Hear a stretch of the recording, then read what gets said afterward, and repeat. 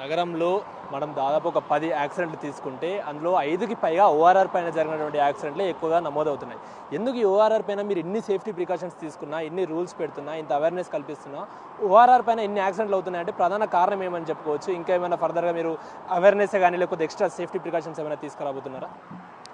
అంటే ఓఆర్ఆర్ పైన యాక్సిడెంట్స్ అంటే ప్యూర్లీ డ్రైవర్ మిస్టేకే ఉంది. దేనికంటే రోడ్స్ వైడ్గా ఉంది, రోడ్స్లో ప్రాబ్లం లేదు, మీకు లైటింగ్ ఉంది, రిఫ్లెక్టివ్ రోడ్ సేఫ్టీ మెజర్స్ ఉన్నాయి, కానీ ఫ్రీగా ఉంది రోడ్డు కాబట్టి చాలా ఫాస్ట్గా వెళ్ళే ఛాన్సెస్ ఎక్కువ ఉంది. సో దాని నుంచేనే మనం ఇదవుతుంది. మనం కూడా ఏమంటే ఈ స్పీడ్ కెమెరాస్ కూడా చాలా ప్లేసెస్లో పెట్టడం జరిగింది. సో ఆ స్పీడ్ కెమెరాస్లో రెగ్యులర్గా మనము ఎంత స్పీడ్లో వెళ్తున్నారు, ఎవరు వెళ్తున్నారు, ఇవన్నీ కూడా కొంచెం ఫోకస్ చేస్తున్నాము.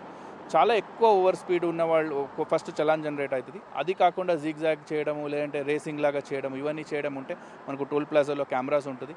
ఎవ్రీ వెహికల్ నెంబర్ కూడా ఏది ఓఆర్ఆర్ ఎక్కుతుంది, ఓఆర్ఆర్ దిగుతుంది, అన్ని వెహికల్ నెంబర్ కూడా రికార్డ్ అయి ఉంటుంది. సో మనం సీసీటీవీ కెమెరాస్ అది చూసుకోండి, అలాంటి వెహికల్స్ ఏమైనా ఉంటే దాన్ని ఐడెంటిఫై చేసి తర్వాత వాళ్ళపైన యాక్షన్ కూడా తీసుకుంటాం.